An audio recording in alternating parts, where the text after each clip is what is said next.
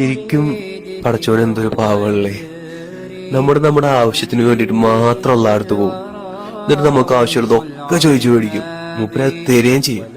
എന്നിട്ട് അത് കിട്ടിക്കഴിഞ്ഞാലോ അങ്ങനെ ഒരു ദുആ ചെയ്തിരുന്ന ഒരാളാണ് എന്നുള്ളൊരു ബോധം പോലും നമുക്ക് ഉണ്ടാവില്ല. മൂപ്പര് മൈൻഡ് ചെയ്യാണ്ട് ഞാൻ മടക്കും. എന്നിട്ട് വീണ്ടും എന്തൊരു പ്രശ്നം വരുമ്പോ നമ്മൾ എടുക്കാൻ പോവാ, ഒരു നാണമല്ലാണ്ട് മൂപ്പരെടുത്ത് പോകും. മൂപ്പര് വീണ്ടും തരും. ആലോചിക്കും, ആരെങ്കിലും അങ്ങനെ തരുമോ? ഇല്ല. നമ്മൾ ഒരാളെ വേദനിപ്പിച്ച് ഒരാളെ മൈൻഡ് ചെയ്യാണ്ട് നടന്നിട്ട് നമ്മൾ എന്തെങ്കിലും ഒരാൾ ഉപകാരിച്ച ഒരാൾ തരുമോ? ഇല്ല.